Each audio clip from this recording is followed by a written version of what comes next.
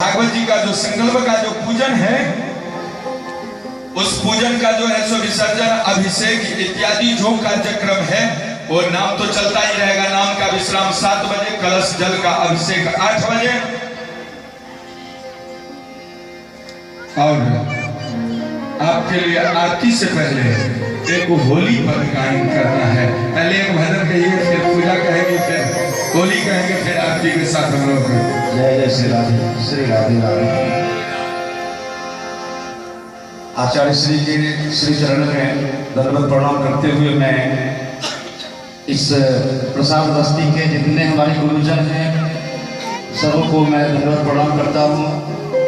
और जो कुछ भी मैं गाया बजाया, आज थोड़ा सा मैं सकचा रहा हूँ गाने में, क्योंकि पूनम जी यहाँ उपस्थित हैं, उनके सामने में हमको गाने का है ही नहीं वो बात, फिर भी मैं प्रयास करता हूँ। मेरा भाव है कि इस बच्चे का कल मुंडन होगा और मैं नहीं रहूँगा, तो एक थोड़ा सा अपना प्रयास भाव लेकर के आया हूँ। मैं तो सोहर गाता नहीं, प्रयास है मेरा, क्षमा करेंगे सब।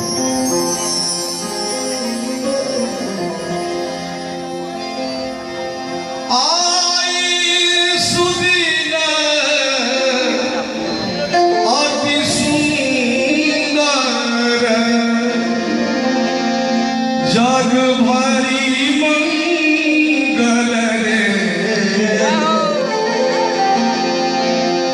ललना रे प्रिंस के तनी मंगल, चौदी सतमंगल।